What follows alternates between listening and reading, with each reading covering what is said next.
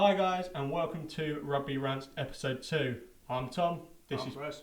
I just wanted to say a massive thank you to everyone who has looked at our YouTube channel, has given all that amazing feedback going forward from everywhere.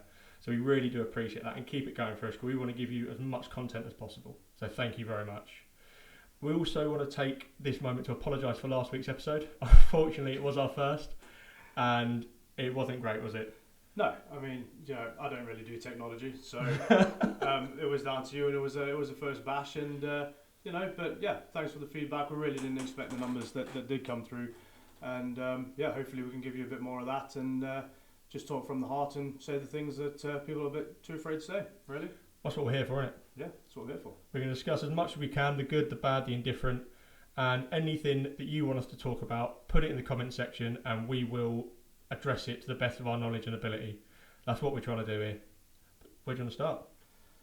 Well, we'll just start from the top. Week 3. An amazing week. Great week. I mean, we'll start France and Namibia. We'll do it in order, and take it from there.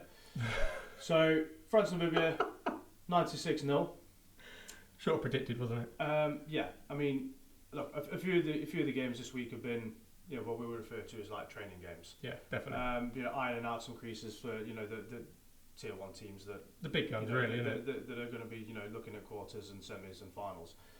I think the big thing for me that I really noticed in the France game was the transition between defence and attack. Yeah, was lightning. Unbelievable. Absolutely lightning. So hats off to them for that, because that was, I mean, to be on the back foot and then turn it round. And literally, the line speed from your backs dropping from a defensive line to an attacking line was milliseconds, isn't it? It was insane, absolutely insane. And I mean, obviously, bit of heartbreak for Dupont, I think. I tell you what, when he went off that pitch, I could see his head in his hands, and he was devastated. But I think anyone would be, wouldn't they? Well, I mean, look, the thing is, he's got like 100-foot poster of him, outside the buildings, and I mean, he's France's golden boy, isn't he? Really? He's God over there, isn't he? He is, yeah, he is. So unlucky, mate, because I mean, at the end of the day, great game up until that happened, absolutely phenomenal performance. He runs it though, doesn't he? I mean, like I said, up until that moment, he was in control of everything. Oh yeah, definitely. And I think looking at the game, right, and France are on fire. They are. Yeah. And for me personally, the only way to beat France in this World Cup, if you're coming up against them, tactical.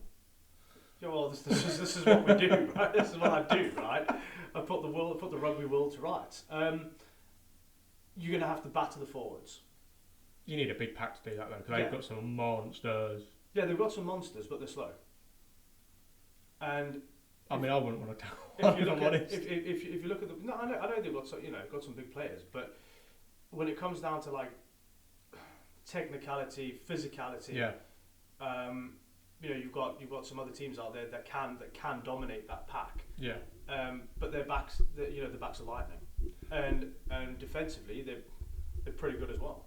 Well, the thing is, when you look at the likes of like Thomas Ramos at fullback, place kicking was sublime, out of this world. He can slot them from literally anywhere. Yeah, and cool as a cucumber. Yeah, absolutely over everything. No pressure, 50 yards, 50 meters, whatever, walk in the park.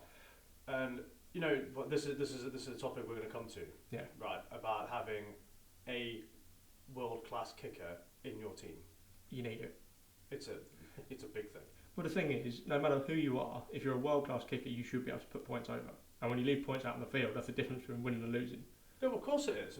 I mean, because I mean, not this game, but there are games out there that were like hugely marginal. Yeah. And a kick here or a kick there that was missed that should have gone over was the difference between a win and a loss. So, yeah, I mean, but for me, that's pretty much the France game for me. However, there are some things I'd like to address on the Namibia side of things. Go for it. Yeah, right. Talk to me. So, I think like Namibia had some great moments of play. Yeah.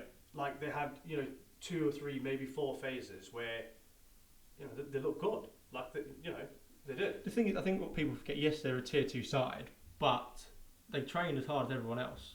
Just because they haven't got the facility to do as well as other players. It's harder, mate. Yeah, 100%. It's harder, because you know, I was listening to a few things, and the thing that really, you know, grates my arse cheeks about it is that right.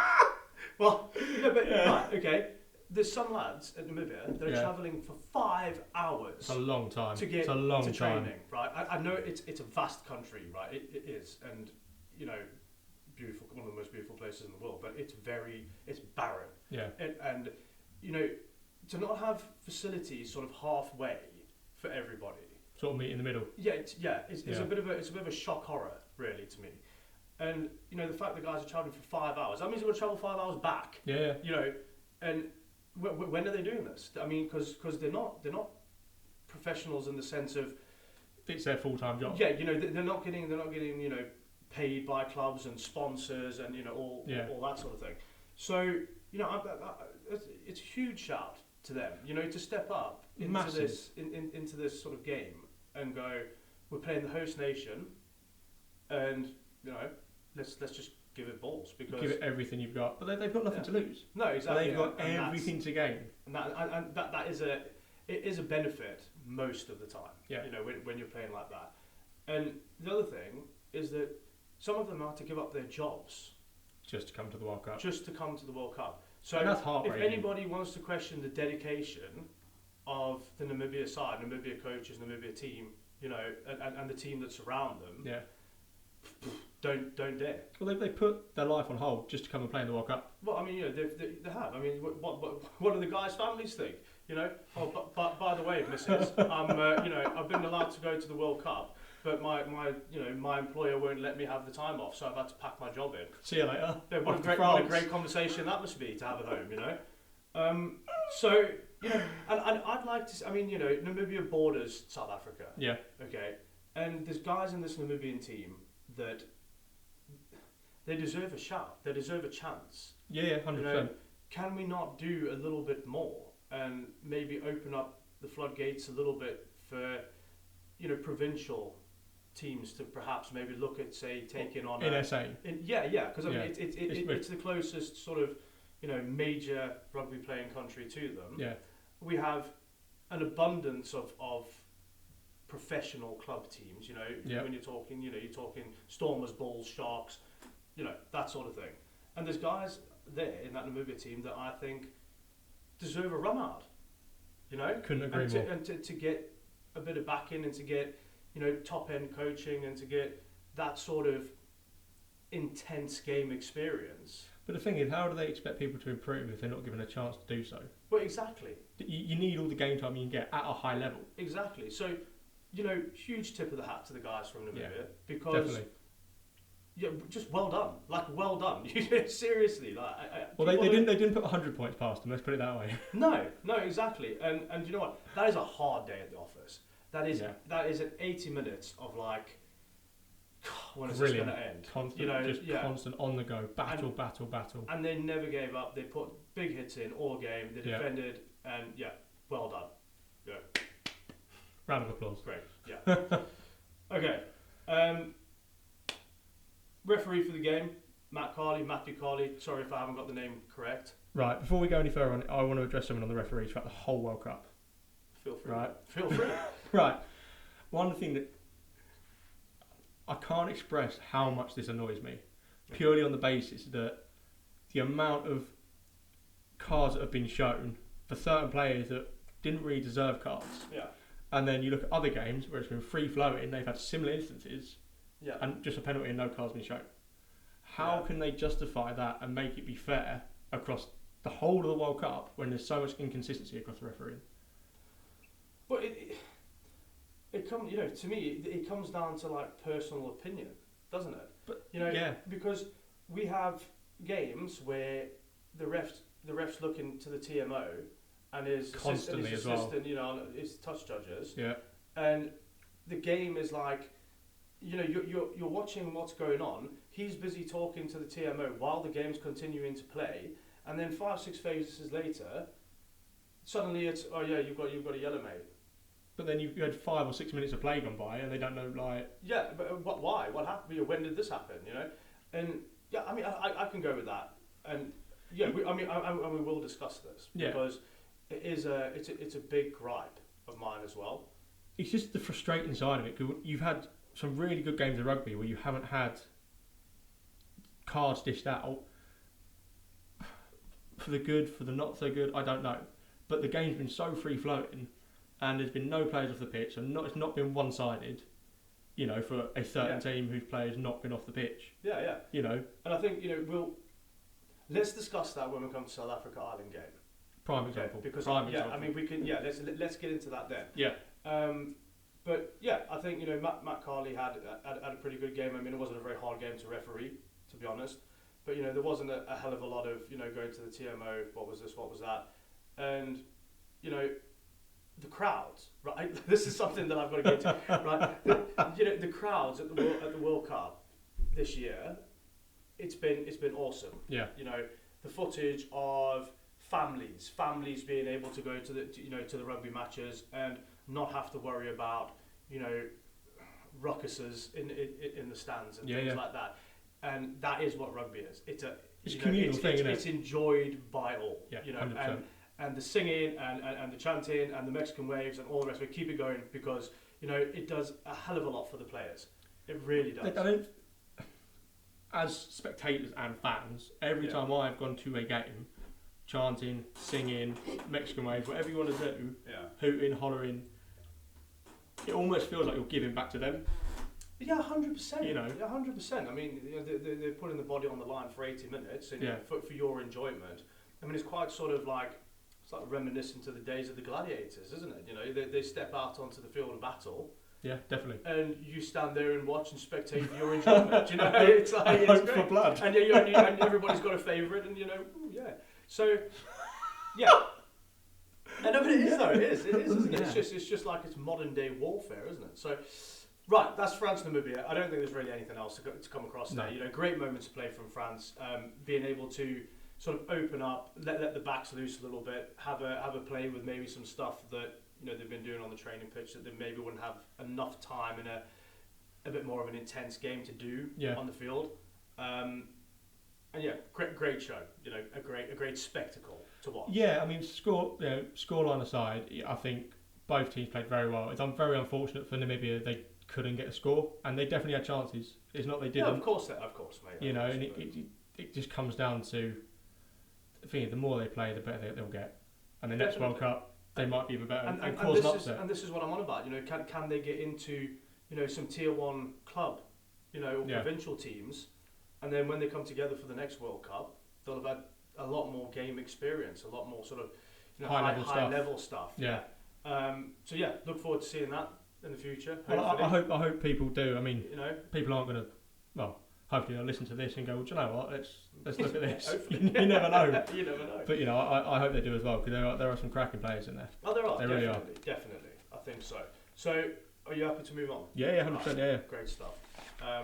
So, right, Italy, Uruguay. What a game! 38-17. What a game, mate. Honestly, I thought Uruguay were going to nick it. Yeah. I kind of wanted them to as well. Who doesn't? Underdog story, bro. I know. It is. It is that sort of thing. But first, I want to address the referee's call on the scrum collapses at the beginning of the game. Right. Yeah. Great call. Mm-hmm. Okay. He stopped the game, brought them in, and he says, "Right, that's enough. Yeah, no more. This is unacceptable. Yeah. Okay. Get it together. Everybody's paid money to come here and watch you play. Yeah. And we're not going to have a game where we're going to have 5, 6, 7 scrum resets. This is not going to happen. Yeah. Okay. And after that, scrumming was great. Everything was fine. So good call there. I think it was Angus Garner that ref the game. Yeah. Sound. And as a ref, very vocal, very clear. Yes. Very. Yeah. I agree. I think the players know where they stand with him. But that's what they should be doing. Yeah, and every call is explained in a way that every country can understand. Whether whether you speak Italian, whether you speak whatever your language is. When you come across him as a referee, it's plain. Yeah. And that is a yes or that is a no. and that is why. There's no in between. There's no black or white. There's no grey area. It's just black, white. That's it. 100%. So yeah, great for that. Great for that. I'd like to give a shout out to the Uruguay team at the breakdown. Phenomenal. Okay. So good. Other than Japan, right? Yeah. I think they are like the fastest at the breakdown. So quick. Unbelievable. I mean, what's his name? Is it? Apologies if I get your name wrong. I think it's Ardo. 5 turnovers. Yeah. Personal turnovers. Yeah. Jacqueline. Within 42 minutes of the game, right, against a very experienced Italian pack, definitely. Right? Round of applause, mate. But the thing what a game. Like, somebody give this guy a contract. 'Cause 100%. Unbelievable. But this goes back to what we were saying before. Why are people not signing him up for Prem or Championship? Just good quality rugby where he can get more experience. Well, and hopefully he does. I hope he does. Because he's earned it. Right? Definitely, 100%. He earns his stripes on this week in week 3 because like just a menace, an absolute menace, doing his job as it should be done. Like, well done, mate. Unbelievable. Definitely. So I think the score 38-17. I think is. Do you know what? Heartbreaking. Yeah, it's not really a reflection on how exciting the game was to watch. No, I mean, the thing is, Italy had 2 red cards, so they were down to 13 men, and Uruguay took advantage of that. Yeah, they took advantage of it. And who wouldn't? Yeah. But you're looking at a Uruguay side again, like Namibia, who haven't played a lot of rugby, who haven't had that experience. They're coming to a World Cup, probably on the same terms. Really, like, well, do you know what? I'm losing a job to go play the World Cup. Why would you not? Yeah, and let's be honest. These are predominantly, other than Namibia, I would say like predominantly football playing nations. Yeah, definitely. Right? But this is something that I need to right. This is something that really. Rant number 1. Rant. Here we go. Right, rant. Right. I am getting a little bit annoyed, right, with. I don't want to generalise, but it kind of is this way, with the predominantly football playing nations playing in the Rugby World Cup, right? When there's a borderline kind of like maybe it was high, maybe it wasn't a high, maybe it came in slightly from the side, maybe they're all throwing their hands up, they're all, like as if we're at some kind of football game, right? And this is not what I want to see, right? You play what's in front of you. Well, why are the referee not addressing it? Because they're probably too afraid to. Because they're probably this is the thing, isn't it? We're treading on people's toes. We don't want to upset X, Y, Z. And I mean, I'm very surprised that they don't go to the TMO and go, how many players threw their hands up? Because but it really is like who's reffing the game? Who is reffing the game? Yeah. Is the ref going? Well, hang on, they've all thrown their hands up. Excuse me, TMO. Could you just check why they're all throwing their hands up, please? Yeah. Right. I'm sorry, but if a ref doesn't see it and your touch judges don't see it, did it play happen? to the game. Yeah, play to the whistle. 100%. Right. All this throwing your hands up and saying, oh yeah, he's done this, he's done that, and all. Yeah, he might have. Yeah. But that's the game, because most of this stuff is not intentional. Most of it is accidental, right? And it's starting to sort of.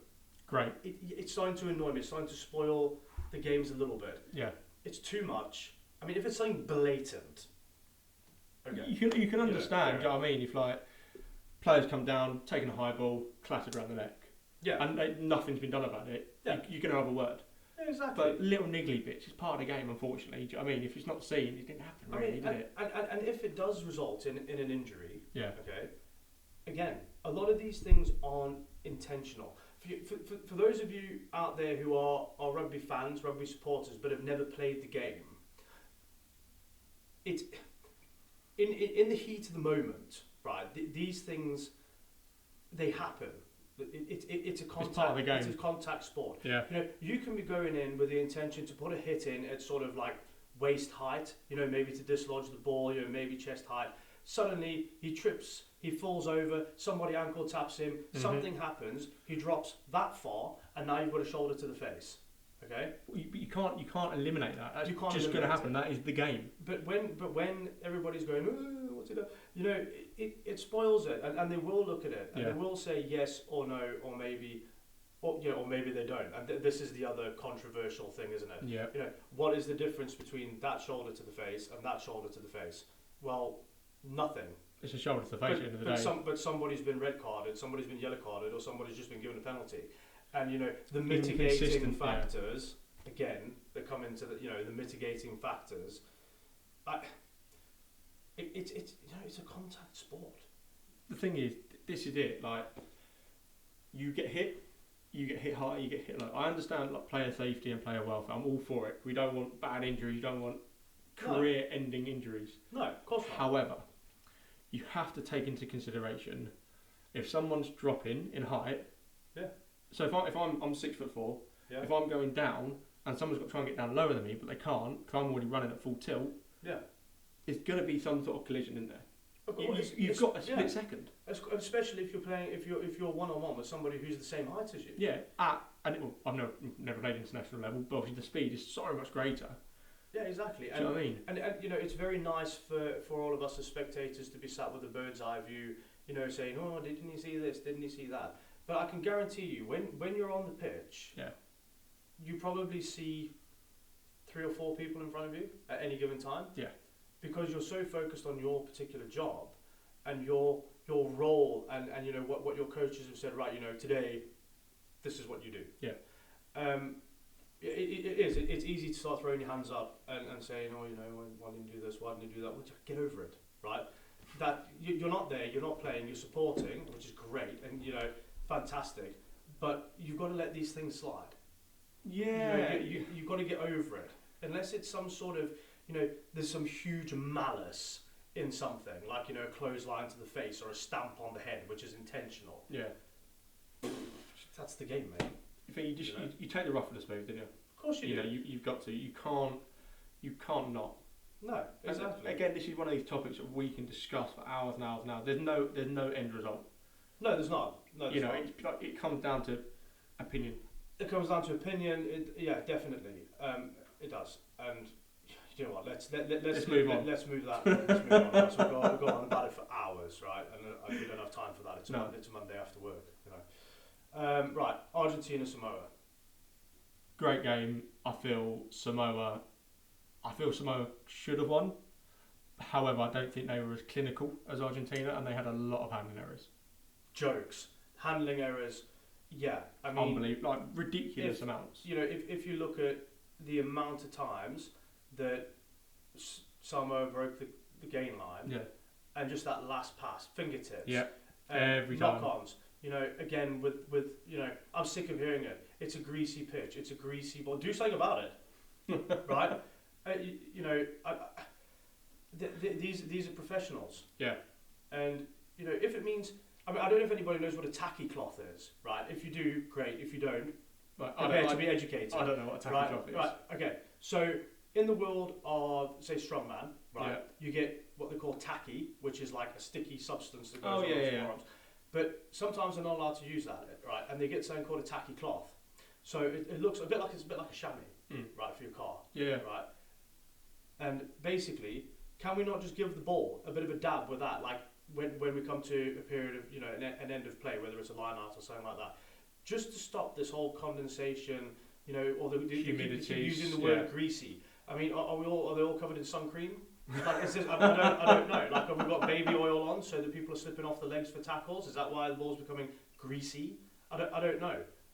I mean, I've come across a wet ball. I've come across a muddy ball. Yeah. I've never come across a greasy ball or an oily ball. I mean, and this, you know when it's being kicked into the crowd, into touch. Yeah. Right. And then we throw a new ball on. Yeah. While we're getting the old ball back. Yeah. Okay. The ball is not having time to wear in. It's like a new set of tires. Okay. Yeah. Put a new set of tires on, you don't tank it because you're going to be slipping all over the place.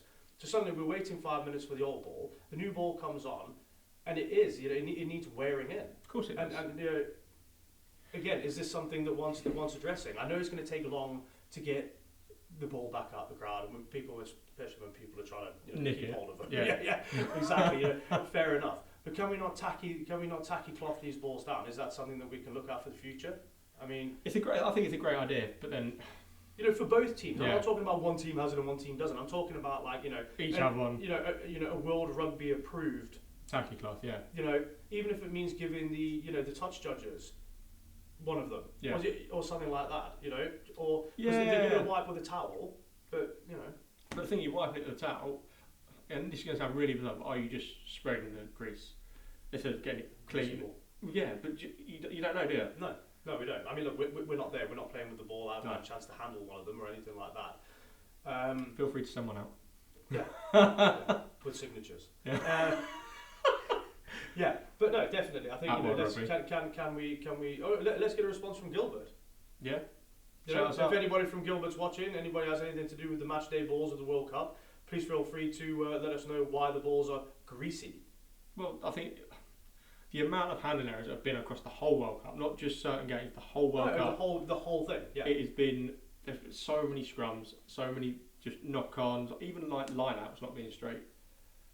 That is infuriating. I understand it can happen, right? Yeah. I get it.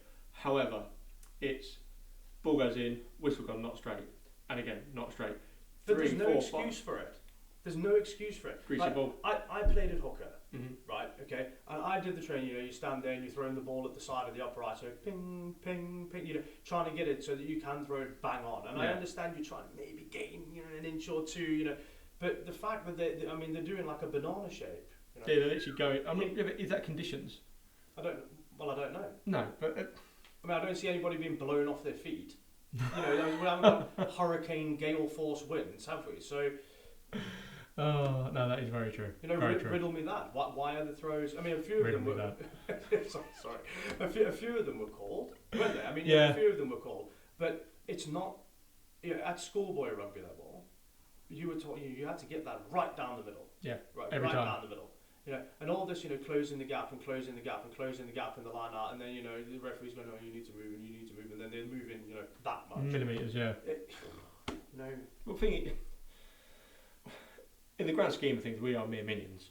We are just spectators of the sport. Yeah. It's just stuff that we've assessed and we've looked at, but I'm just asking the question. Yeah, no, that everybody else is asking. Yeah. So why was the previous line out called as the ball's not in straight, but the next one, the throw from the opposition team was identical and it wasn't called? Yeah. These are the things that people are saying to me, asking me questions. Why is this? Why is that? And I'm relaying them out there. And I'll give you my thoughts on it. But there's no real excuse to have it. No, I mean, unless you're playing out of position. Let's not go. Let's not go there. Next topic. Oh next topic. What's next? Okay. We've dealt with the Argentina Samoa game. Some great hits in that game. Yeah, there were some. Yeah, there were some great moments of play. That's what you're expecting from a big Samoa side. Yeah, definitely, and all right. Congratulations, Argentina. Yeah, well done. That's a win. Yeah, it's under the belt, isn't it? But I mean, I personally still think you should have gone Samoa's way, but that's just a matter of opinion. Well, yeah, right. So moving on, Georgia v Portugal. Oh mate, I was so excited. I was buzzing for this game. Right. So first of all, okay. Being, neither of us support these teams. Who's your money on? Portugal. Only reason being, I know Georgia have had a good run. Yeah. They've beaten Wales, so they've beaten a tier 1 side. Yeah. But there was something about Portugal, when they played against Wales, they did look good. And when they're playing someone at a similar level, they had every opportunity. Yeah. Every opportunity. And they've come back from 13-0 down to draw 18-8 to actually seal it with a last-minute penalty, which unfortunately did put outside the post. And I did have Portugal by 3. I was devastated. Yeah, you did call it. Mate, my house was shaking. I was like, oh my God, Portugal! Well, listen, right, let me tell you about a house shaking in a moment. So, yeah, I mean, look, great game, down to the wire. Yeah, definitely. As regards skill set, skill level, quite a bit to work on, but what an exciting game to watch. I mean, the crowd got behind it. It was brilliant. So much fun. Absolutely, and these are the games that are exciting because Georgia and Portugal on a level. Yeah, definitely. Right, it's a level playing field, just as much of experience as each other. You're not going out against the big guns. No. And really, having a good hard crack at a game. Just going at it with nothing to lose. There's nothing to lose. If Portugal would have got that 3 points, that would have been the first ever win for Portugal at a World Cup. Bear in mind, it's their first World Cup, I think, since 2007. Yeah, and if they stopped throwing the hands in the air, they might have done a bit more. They're trying to win the referee, aren't they? Yeah, exactly. But anyway, that's a story for another time. That's the story. So, Georgia-Portugal game, you wanted to chuck a mention out to, is it Rafael? Oh, the winger. Yeah. Superb, mate. Yeah, agreed. He was phenomenal. Yeah. Phenomenal. On fire. Absolutely on fire. He breaking tackles. I mean, the first try, I think it was in between 30 and 40 minutes. Phenomenal. Gassed everyone. Yeah. And then straight into the second half, took a crash ball, broke the line, straight over. And off he went. Yeah. Unbelievable. Yeah. He just gassed everyone. I think with regards to skill set, and natural ability, right? What is in sporting ability? As in sporting ability, you know, he's fast. He's a powerful runner with the ball. He's a strong runner with the ball. Yeah. And like I say, when it comes down to sort of natural ability and natural sort of picking up the right lines to run, and you know, sort of spatial awareness and that sort of thing. He definitely had it. Natural born winger. Yeah. And you know, excellent. Just good. Another round of applause. Yeah, well done. You know, well done, mate. That was, you know, you were quite exciting to watch, definitely. He was very good. I enjoyed that. Yeah. It's probably one of my favourite games of the weekend. Yeah. Yeah. No, I'll agree with that, definitely. I'll tell you why in a minute. Oh God. So I think we've got that covered, and you know, it's nice to see those level of teams go out against each other and just give it horns. Yeah. You know, definitely. Right, moving on. This is a long weekend of rugby. Like, it's going to be like it's been great. Every weekend as well. Great week. Yeah, I mean, you know, it's not been great for the kids. No, unfortunately, my all the youngest, misses. she does sit and watch some of them with me because she has some favourites that she likes to watch. And you know, our number one supporter, she is. Of course. But you're right. England, Chile. Yeah. Do you want me to take this? Yeah, feel free. Right. My thoughts. Right, I want to give a massive shout out to Marcus Smith at 15. In a position he's never played. I think he had an absolute stormer. I think he scored twice. He did probably one of the best grubber and chases I think I've seen. Yeah. Phenomenal. Yeah. I'll give him that. Yeah. He was brilliant. I thought he brought a fantastic dynamic back into that England backline. Yeah, he kind of. Can I say? I don't know if I can say this. Oh God. He kind of put a rocket up the arse of the England backs this week. Yeah, but you've got a 10 playing 15. Yeah. So he's used to calling shots. He's used to doing what he needs to do to break lines, but he's given more space. I think he needs more space. Personally, I don't think he should be playing at 10. You know, he's got a great step on. He's got a great set of feet on him. You know, he's quick. Yeah. And he's got good hands, and he's got a good boot. Yeah, of course he has. I think that when you've got the likes of Ford. Yeah. Tactically, he's unbelievable. Personally, he got absolutely shunted for this weekend. Yeah, I think he had his nose pushed out this week. Don't get me wrong. I'm not an Owen Farrell hater or anything like that, because I'm not. And you know, when he's on form and he's having a good day, he's a great 10. I just think that Ford earned his stripes to start that game at 10. Bear in mind what he did at Argentina, and then what he did with Japan as well. Great. Japan wasn't his best game, but he held it together. And tactically, he's phenomenal. Yeah. You know, I understand Faz coming back into the lineup and because he's been out for 3-4 games. Yeah. I understand that, but credit where credit's due. George Ford has started. Yeah, definitely. In my opinion. I mean, look, Faz didn't have a bad game. Look, I'm not saying that he didn't or anything like that. I just think that, you know, when you've basically kicked your team through to, you know, having top points and all the rest of it. And you know, you basically, I mean, what was it, all 27 points? Well, Argentina. Yeah, all 27. Yeah. And then suddenly you get, you know, Farrell's back. Let's shunt him into. Do you know what I mean? It's it's a little bit of a smack in the face, isn't it? Really. I mean, I know it's for, you know, the greater good of the team, and you know, you're a team player and all the rest of it. But I do think that when you have such a solid standout performance, you should be given another opportunity to go at that position. At least start there. You know, at least, but that's my personal opinion. So. No, I agree with that. I mean, Ford's done nothing wrong. He's been fantastic. He's run the game. He's done everything he's needed to do to get himself back into that England lineup. Yeah. He's been sound. Tactically, he's been brilliant. And then I feel he has been pushed out a bit to put Faz back in, but I think Faz did need that gameplay. He needed that time back because he's not played in the World Cup. He's still come to the World Cup after everything that happened, and he needed that game time, which I get. Yeah, I mean, I think that showed, with kicking off the tee. Yeah, a little bit rusty. A little bit rusty. Might be something to do with the greasy pitch or the greasy ball. Yeah. But yeah, I mean, look, as a backline performance, I think they were allowed to run riot a little bit and have some fun. They had the space, didn't they? And try the stuff that you try on the training pitch. Great. I mean, great to watch. Great spectacle from the backs. Well, you had 12 tries. You got Henry Arundel who did 5 by himself. Yeah. You had Marcus Smith 2, Theo Dan 2, Bevan Rod 1, and Jack Willis 1. Great to see Jack Willis on the pitch. Unbelievable. Yeah. I'm happy with that. I do not know how that man does not start. I'm sorry. He's without a doubt probably Ask the question. Why does he not start?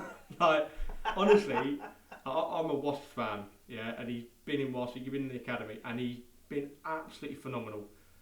Yeah. How is he not starting at 7? I mean, how long ago did he have the injury? Good God. A year, maybe 18 months. So have they maybe been, cautious, keeping him for the big games?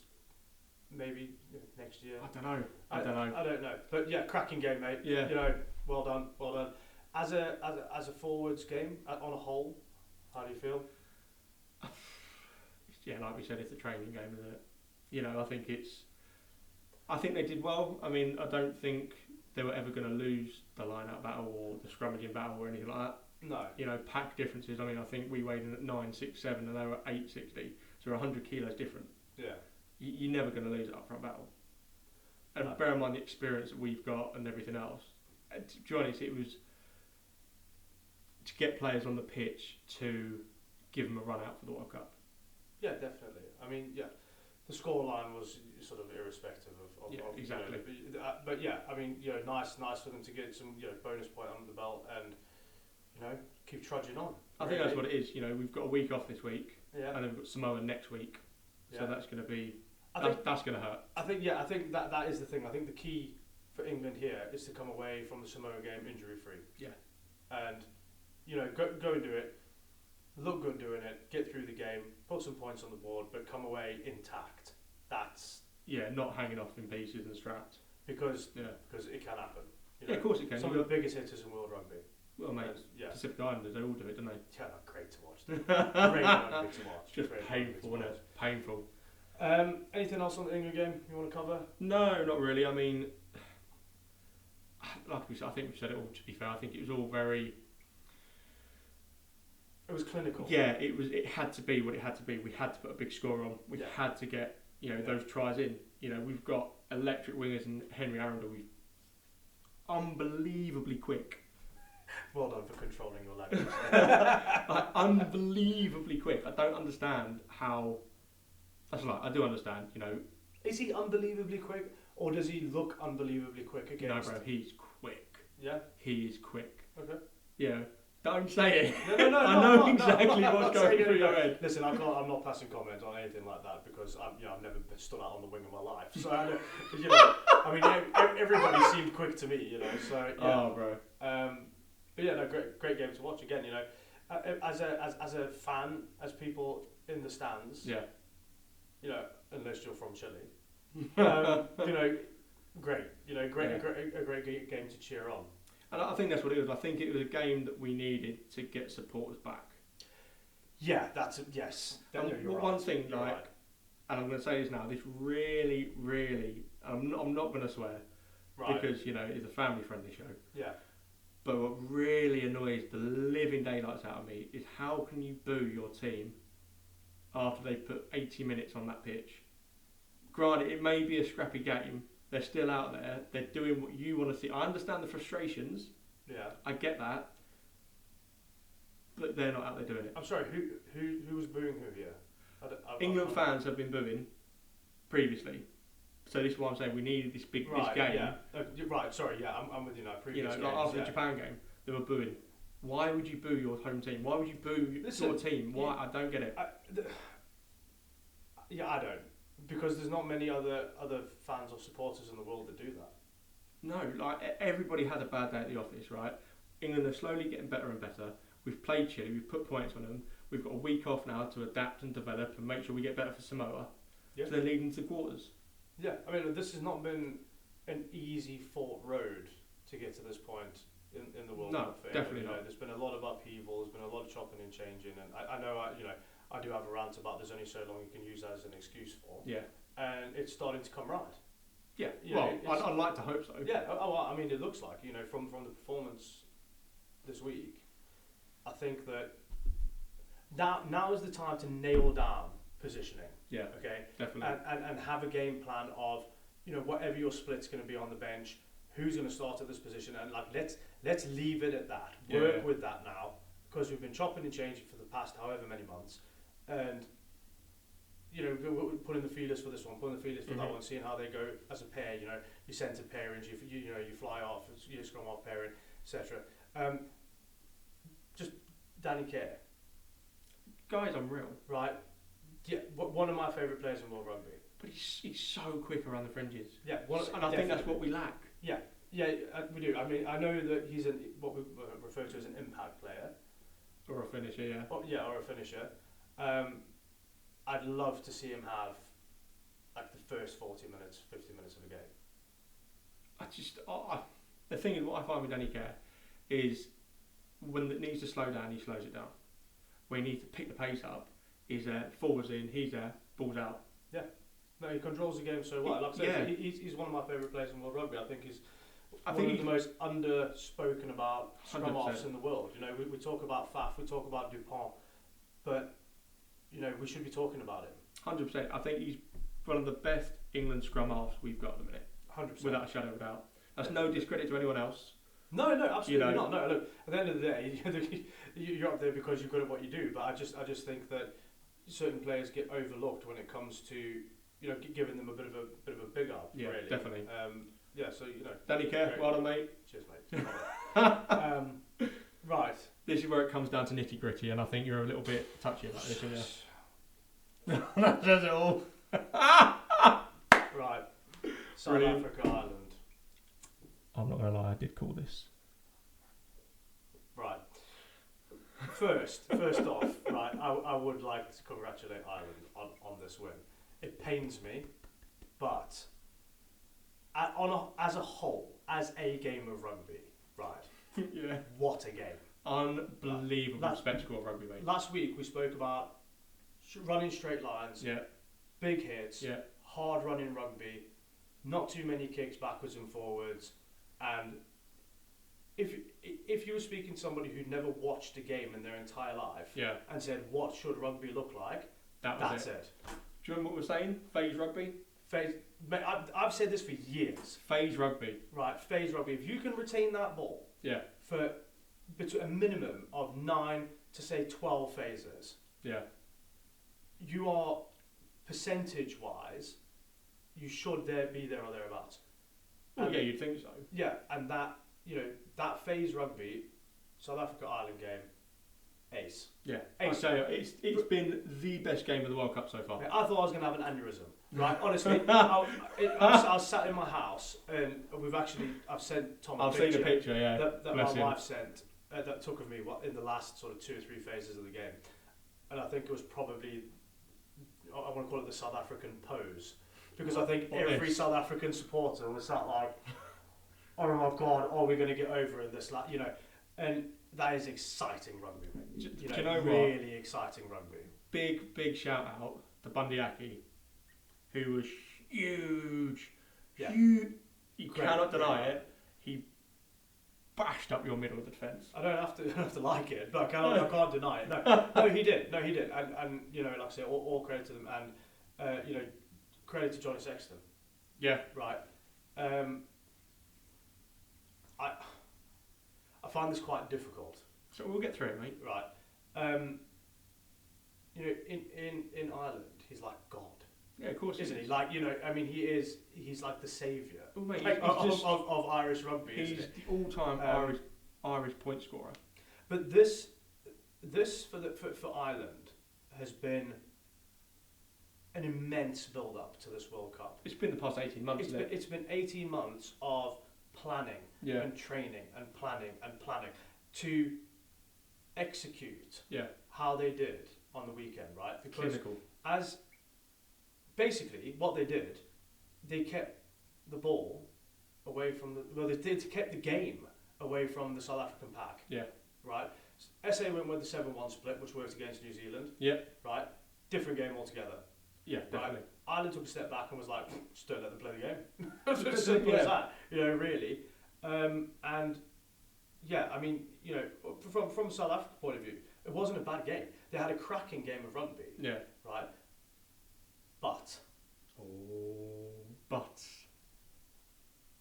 as we said earlier in this chat, gone are the days where you can get through an international rugby match at top level without having a world-class kicker. You need it for those, especially in a game like that, pivotal moments where you've got a penalty here. Yeah. You need to be able to put those. I don't want to take anything away from Manny, right? Like I said, great with the ball in hand. Yeah. An exciting player to watch. He wasn't the only one that kicked for posts on the weekend and missed. No, Faf had to go as well. Normally great with the long range kicks. And if those kicks had been slotted, you'd have a very different me sat here right now. Of course you would. Dress head to toe. But that's the game. Yeah. That's the game, right? And Ireland played out this game. Probably, even though, if you look at the scoreline, it's not a massive scoreline. No. But clinically, the best game of rugby I've seen Ireland play. Oh, mate! Everything was. It looked like it was staged. Like everything was planned. Every ball off a set piece. Yeah. Was like a on the training park set move. Yeah. They planned that, if we're going to be centre of the pitch and we're inside South Africa's 22, this is what we're going to do. Yeah. And you could see that at times they caught the South African pack napping a little bit. Like I did notice that. I'm not taking anything away from the SA pack. I mean, they had a good game. I just feel like they were pipped to the post a little bit. In every aspect of the game, I feel like Ireland were just that little bit. Please understand out there how hard this is for me to say, because I bleed green and gold, okay? And it was a very solemn night in my house.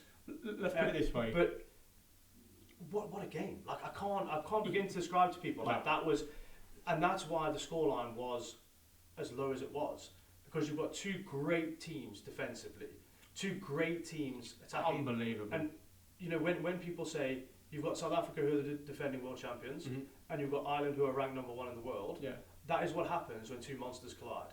Yeah. Right? Because you're so evenly matched in all aspects of the game that it becomes a little bit of a stalemate until there's just one mistake. And that's all it takes. That's it. All it takes, Yeah, definitely. And I mean, the winger for Ireland who picked up even. James Lowe. I mean, I don't think Evans ever been picked up like that since he was about 7 years old. Like, I mean, the bloke's a giant.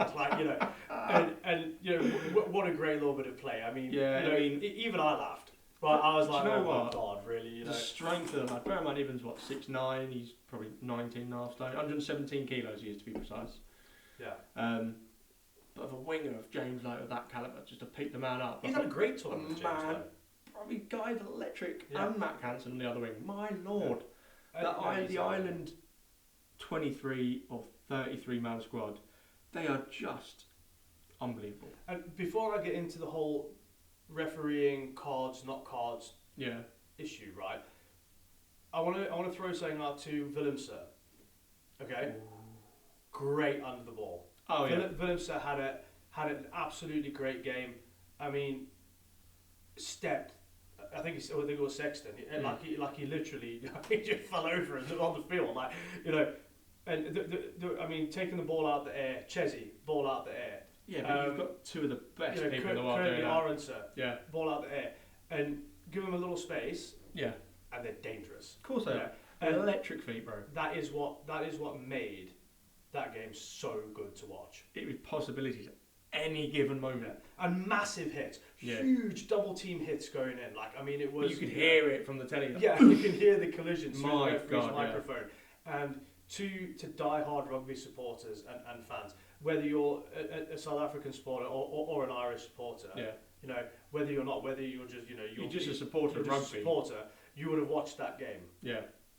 Because of who was playing first of all, and gone, worth the watch. Yeah, definitely. Worth the watch. The juice was worth the squeeze. Right? You know what I mean? Like, it really, really was. Like, a great game. I think, like you said before, though, that game has been built up over the past 8 months. Do you know? Not 8 months. Yeah. Mate, since that got drawn, everybody's been talking about Ireland, South Africa.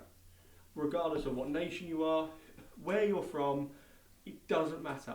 That was the game of the tournament, and that was going to decide the number one place in the world. Like you said, it's And Ireland earned it. I have to give it to them. You're feeling okay, bro. But look, no, I'm not, right? Because it hurts. But you have to give credit where it's due. And they stepped up to the plate, mate, and they swung. They did well. You know, they really did. They really did. But what did you say to me earlier? There's nothing worse than a wounded buck. There's nothing more dangerous than a wounded buck. Mate, believe that.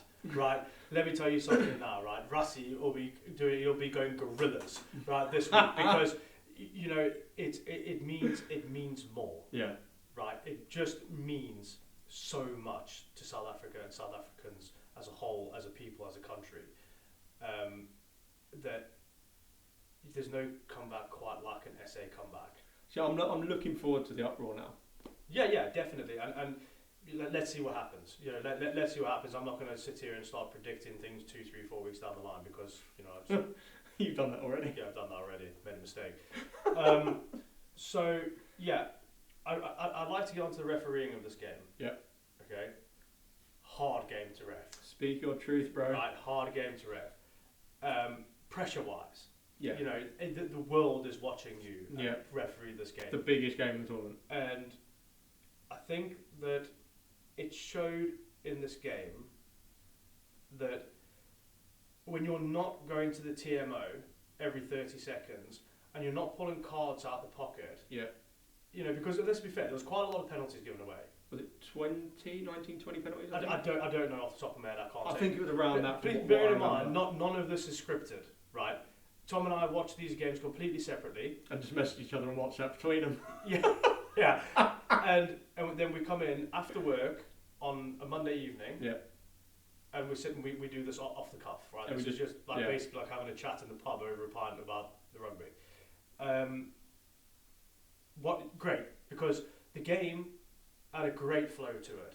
Yeah, it was just continual, wasn't it? Yeah, 15 men on the pitch for both sides for the whole game.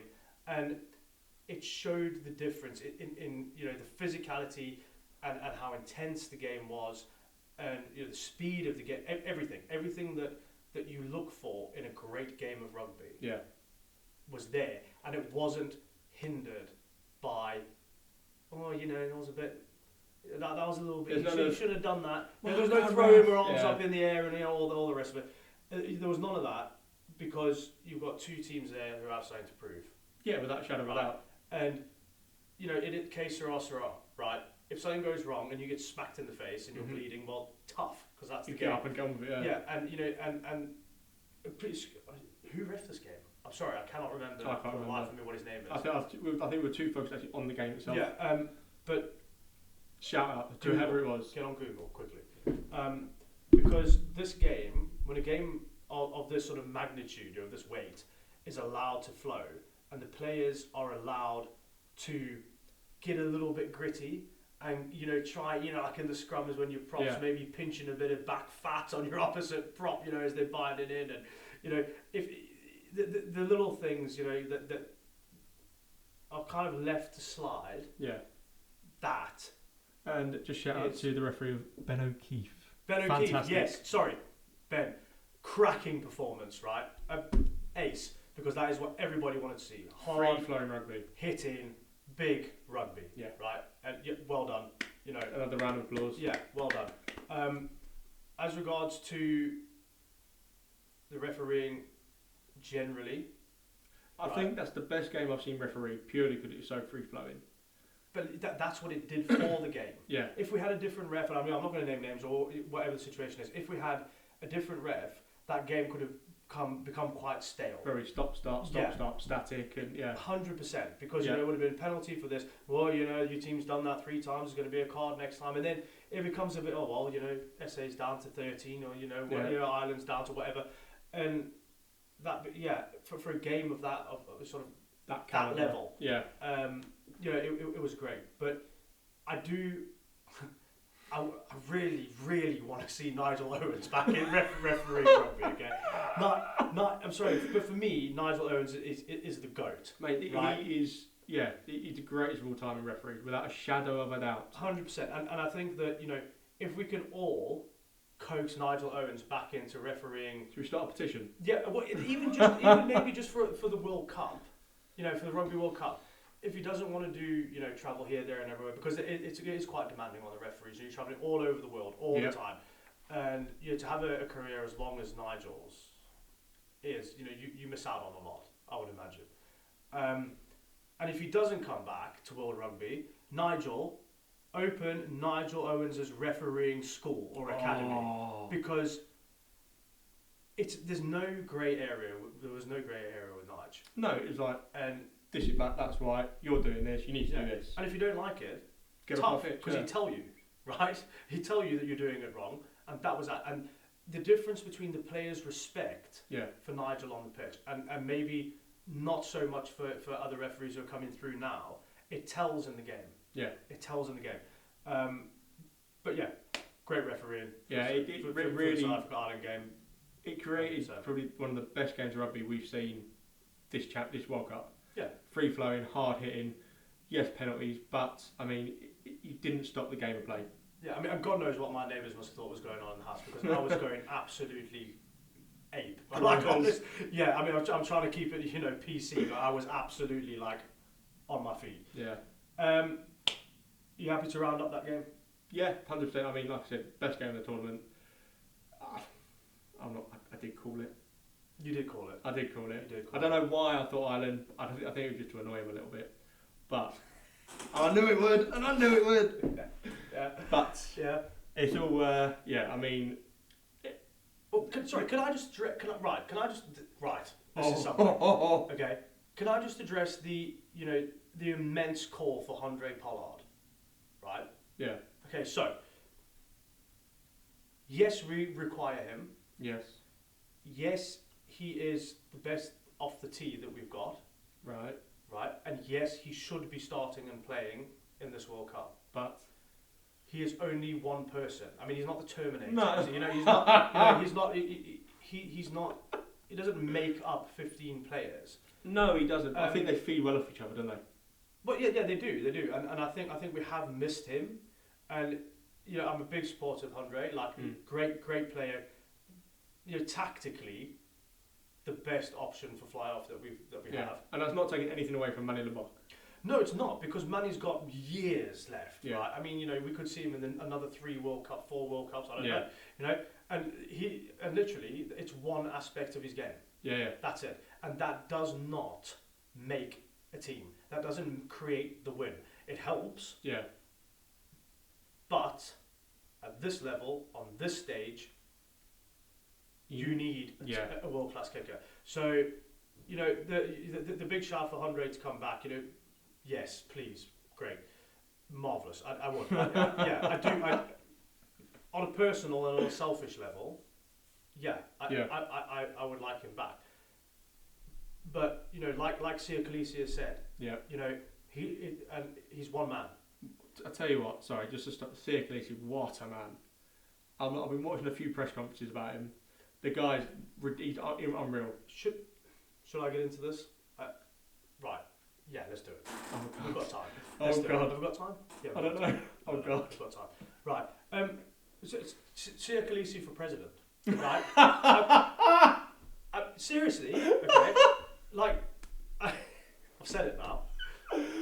Oh my God, Please what are you don't- on about? Please don't take offence, everyone out there. You can't say things like that. You can't say this. I can say what I want because that's my opinion. And the guy he's a natural born leader. Yeah. He is a South African, born and bred through and through. Yeah. And nobody sings that national anthem with more pride than that man. Oh, mate, Okay? yeah. He loves the country. He loves the people. He's fair. He's honest. And he's a natural born leader. And I think that, South Africa, I think you're missing a trick if you don't, seriously, if he doesn't run for president, because, Brilliant. what a change.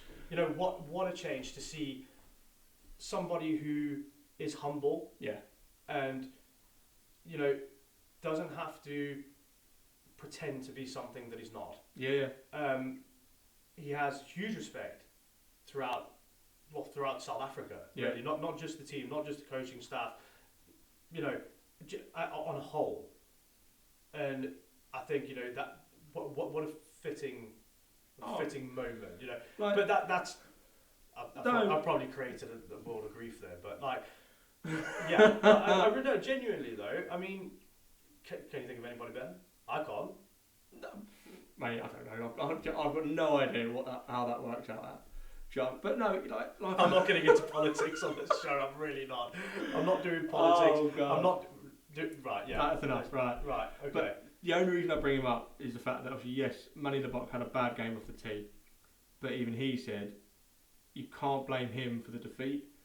It was the whole team performance, and he takes all the pressure off that one person, and he spreads it across the team. He does what he should do. He takes As the the flak. captain, yeah. Yeah, he takes the flak, and him as the way he is as a person, from what we see, from what we heard, from what we know, he'll bring them back up. Yeah, he'll big them. the back guy's ridiculous. Like, yeah. he's so good, Yeah, so definitely. good. He is South Africa's hero. See you, Khaleesi president.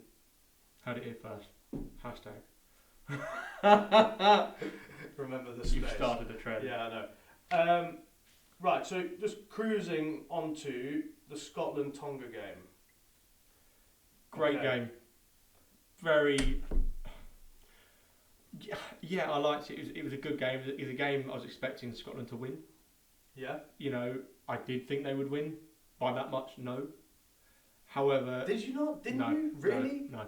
I did. Of course you did. No, but I did. No, but I did, because when Scotland are given an opportunity Yeah. to play the rugby that Scotland want to play, it's a very hard type of rugby to stop. Yeah. To cope with. The thing you had Finn Russell, who was outstanding, Dynamite. unbelievable. Yeah. Like off the tee, I don't know how he does it. That guy's vision is just ridiculous. He's class. Must be the whiskey. There's got to be someone in It's the gotta water. be, innit? yeah, it's got to be. Yeah, definitely. Do you know what I yeah. mean? The Yeah, guy is definitely. unreal. Like he just saw everything. He doesn't even look for passes. You've got players either side of him, which you're meant to have anyway. Yeah. But he's literally no look passes, straight up, straight through the middle. He manipulates the game to suit the people around him. Which is a good. He's technique, not a selfish player No. in any respect, and he knows what he's got outside him. Right. I mean, again, Duan van der Merwe, great game. Duan. Well done. Thank you. Well done. We're working. He's taught on me it, well. And Stain. Yeah. Again, on the other wing, pressure. Yeah. But pressure in your face all game. And Yeah. I've said it before. To play against Scotland, they play with that much heart and that much pride, and they're tough people, man. Like The Scots. yeah, just in general. generally, they will. You could take a 14-pound sledgehammer to those players, right? Yeah. I tell you what, you'll come out second best, because when you play against Scotland, you look at the other team, and they're fully aware, Yeah. like they have had a hard game. Yeah, definitely. As in physicality, as in confrontational, in your face, big hits, counter-rucking, excellent. Yeah. Excellent counter-rucking, and another game that they just ran hard all game long. That's to get past like your Tongas, your Fijians, your Samoas. That's what you got to do. You've got to hit lines hard and break the tackles. When you're meeting physical with physical. Yeah. That is the big thing to remember, because again, like you say, you know, the South Sea Island, the lads from down there, you know, they're renowned from hitting. Yeah, it's scary, and you know, Scotland, they're not fazed by it at all. No, I don't think weren't Rockton, fazed by it at all. nothing happened like that at all. They were just sheer brilliance. I think. I mean, look, I'm not taking anything away from Tonga here. You know, it was a good show. Yeah.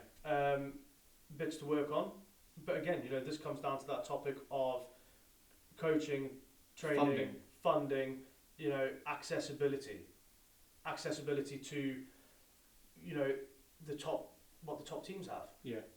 And unfortunately, they don't. And I tell you what, they put up one hell of a bloody fight. Oh, unreal. You know, they really do. Unreal. They really do. And again, playing against the Tongans, you know, Scotland are going to know. They will wake up and today. hurt. Too right. You know, we've all been there when you play against a team that's renowned for just big hits, being brutal. Yeah. You know, in the contact, and another great game to watch. I tell you, over the course since last Wednesday, the rugby side of it. At the end of the day, rugby wins. You know, if you're a rugby supporter, rugby wins. Yeah. You know. Yeah. Amazing games, like from Tier 2 nation, underdogs to Tier 1 nations. There's been some big scores. There's been some narrow misses. You know, and it's what you come to a Rugby World Cup to see. 100%. I mean, and I think there's been, for lack of a better word, better World Cups. Yeah, no, I can agree with that. But as a central location, other than you guys from the Southern Hemisphere, it's still a jaunt. You know, it's a long journey out to France. Yeah. But for the rest of the rugby world, you're talking like a maximum of like a 4-hour flight. Yeah. You know, so that's why the support. You know, I've got to admit, the fans have been absolutely phenomenal. So, you know, and a big hand to the fans, because you know we're doing it at home. You guys are doing it there. You know, and we wish we were there. You know, we're bouncing up and down, and there's beers flying everywhere in the house, and you're mopping up beer and stuff off the floor, and because you know, it's exciting, you know, to see, you know, the songs, the chants, singing with the anthems as well. And you know, it's so lovely, mate, to see. And when I say youngsters, I mean youngsters. Yeah. You know, like I won't say babies, but you know, young children. Yeah. They've got like the little earmuff things on because it's insanely loud. But everybody just getting along in the crowd. You know, the fighting's done on the pitch. Do you know what, mate? And to me, that is the biggest thing about World Rugby for me, is that you can take your children into those stands and not get upset by anything. No, you won't have an ounce of grief, and I think this is why we love the sport so much, is because you can go anywhere in the world. You can go to grassroots, you can go to international. It doesn't matter what level you go at. No, exactly. You'll make friends wherever you go, and you've got some just the best people to deal with.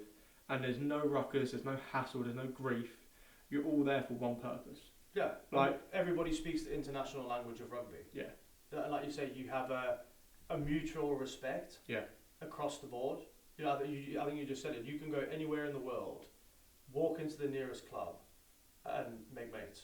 Make friends. Like that. Yeah, and that, you know, it's such a, you know, the sport of rugby as it's brought nations together. I'm not going to get into politics, but it has changed the face of the sport. It's not just a sport; it's a lifestyle. It's a love. It's a passion, and to see it feeding through to the younger generations, which is what you want. You know, you want that. I mean, that drip feed come through from like for me, for my daughter, and you for your daughters. You know, and all that sort of stuff. And then just sit down and watch a game with you and see how passionate you get about it. It's like it's a lifestyle. You live, you breathe it. That is what you know. Yeah, I mean, you know, my youngest daughter, her favourite player is Cheslin Colby. Right, for obvious reasons. And you know, every time he gets the ball, she's there, Chesney, you know, Chesney, and it's great. You know, for me, that's marvelous. I haven't had sons. Yeah. And you know, to still be able to enjoy that, and that's the best thing about rugby. Yeah. Women's rugby, men's rugby, wherever you are in the world, doesn't matter. It's just it is what it is. Yeah. And it's just one big happy family. Yeah. Until it comes to game day. That's what it is. But yeah, definitely, man. No, it's great. Right. Last but not least, guys. Because I need to eat. I'm starving. You won't like him when he's hungry. You won't. Right, Wales, Australia.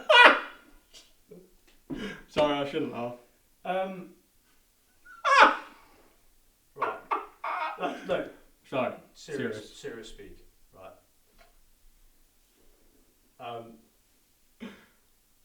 Chuffed for Wales. Right. I think speechless. Yeah. No. I'm not. Right. I'm not speechless because. Right. Oh God. I said last week that Warren Gatland is no stranger to Welsh rugby, and he proved, and that team, and him as a coach and the team together, have proved exactly that. Yeah, I mean that you can enter a World Cup as, ranked mid-table. Yeah. And Australia come in to the World Cup probably, I don't know, ranked top 6. Somewhere in people's minds. I'm not talking about stats and numbers and all that sort of thing, but as a rugby pedigree, up there, right? And they had the bum smacked.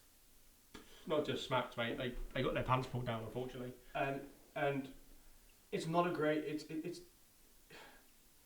I feel for them, right? I do. And as players, I feel for them, and I don't appreciate a crowd booing a coach. No. Right? I don't appreciate that. That is not what rugby is about. And Eddie Jones has gone in there and he's done his absolute best, to the best of his capability, in the time that he's had. Yeah. And with the players that he's got available. Mm-hmm. And he's put together a campaign that unfortunately hasn't worked out this time. Yeah. Is this the first time that Australia haven't made it out of the group stages? I don't want to say for definite yes, but I feel like it is. I feel like it is. They're normally one of the main contenders, aren't they? No matter where you go. Do you know what I mean? Like every World Cup, they're always there. And like I said before, again, is it their national sport? But it's big, right? And I know that there's a lot of wounded, Aussies out there. Yeah. And I'd like the opportunity to say, in the words of George Gregan, oh God, 4 more years, boys. But now, they've got 4 years to build on this, right? And we know that if Eddie Jones stays there, and he's allowed to stay there, and he's allowed to build with this team, because they've got individually, they've got some fantastic players. Yeah. Right? There's nothing wrong with the capability standard of the players at all. I think it's they're finding the feet, right? And I know I had a bit of a moan about it the other week about it's a new coach and it's new, and there is only so long you can go on with that. But I think that the response from the press has been disgusting, right? I think the response from the fans has not been very tasteful at all. No, you can't. And that is not what rugby is about, right? Everybody has a bad day. Yeah. Everybody's allowed a bad day or a bad week or a bad 3 weeks. But it doesn't mean that this is the end of Australian rugby. No, it's mate, not like at all. That's it. They're going to be like tier 2 team. Load of rubbish, right? Absolutely. The thing is, Australia are essentially rugby royalty. The Southern Hemisphere. Yeah, of course. Of course. I mean, when we get into like the Super 14 or whatever they're going to call it next, we're going to see that. We're going to see them playing in their comfort zone, and hopefully see some standout players. See some standout players. I think I think what they are missing. Is the leadership that Hooper brought to the team. Captain Courageous, mate. The guy was ridiculous. And if he had to put his face in front of a train to stop, he would, right? And the same with Pocock. But it's true, right? Yeah. And it's the same with Pocock, right? And now that we have a different generation of rugby players, they've been coached differently. Mm-hmm. They've been probably brought up a little bit differently. Yeah. Maybe not as rough around the edges. Maybe not as maybe not as willing to sacrifice to put your body on the line, put your face on the line. Yeah. To lose teeth, to have a nose broken, to whatever. And I think that I think Australian rugby should allow Eddie Jones to have another 4 years in this position. They need him for the next campaign to build on what he's already doing. Because what's going to happen? Well, you know, right, okay, we're going to sack him, we're going to send him back to Japan or whatever, and then what? We're going to start all over again. So we've lost 18 months, a year, whatever it is, and we're going to get a new coach, and then he's going to start fiddling around with the players in the team. Yeah. And, you know, moving this one, moving that one, bringing people in, bringing people out. That didn't sound very good, did it? I didn't mean that.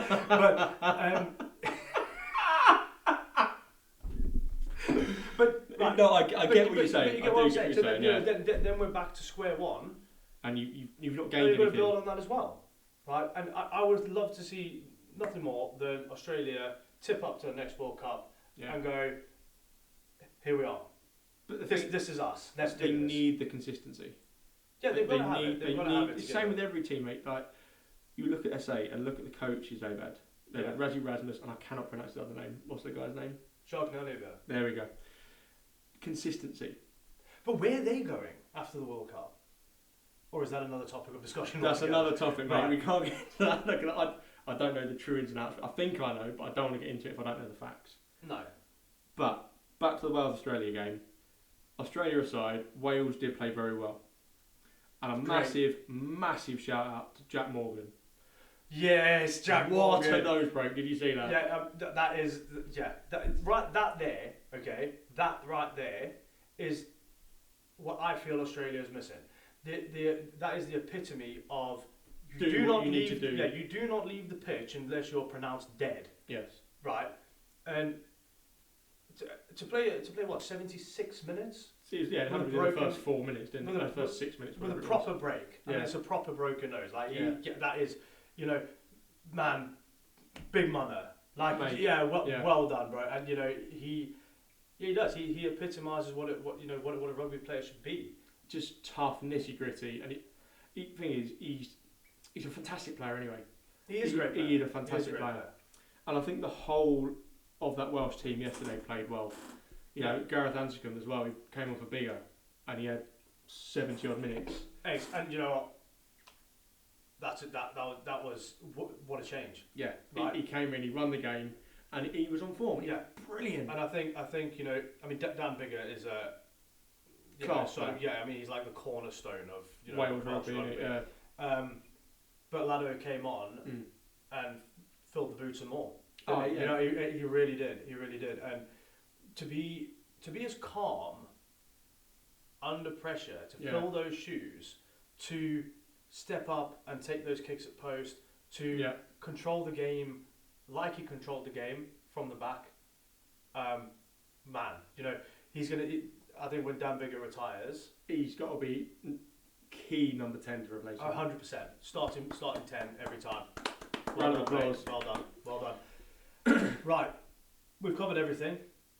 Anything else you want to talk about before we go? Yes. Oh God. Our our guest over the next week or two. I don't want to say too much. I don't want to give away any names. Right. But what I will say is, guys, keep posted. We have got some very interesting people coming on this. No thanks to this young man here who seems to know everyone in world rugby, to be perfectly honest. Honestly, what a load of rubbish. No, it's just it's a little bit of exciting news. We will keep you posted on who it is and when it's going to be. Yeah. And for everybody out there, you know, we talk about the lesser rugby playing nations, you know, more predominantly football based or something like that. You know, we do want to try and sort of highlight that, you know, rugby is big. Yeah. Worldwide. Yeah. And the person coming on, That's it. has been around for a long, long time. You know, I'm sort of an honour to call him somebody that I know and, you know, still chat to.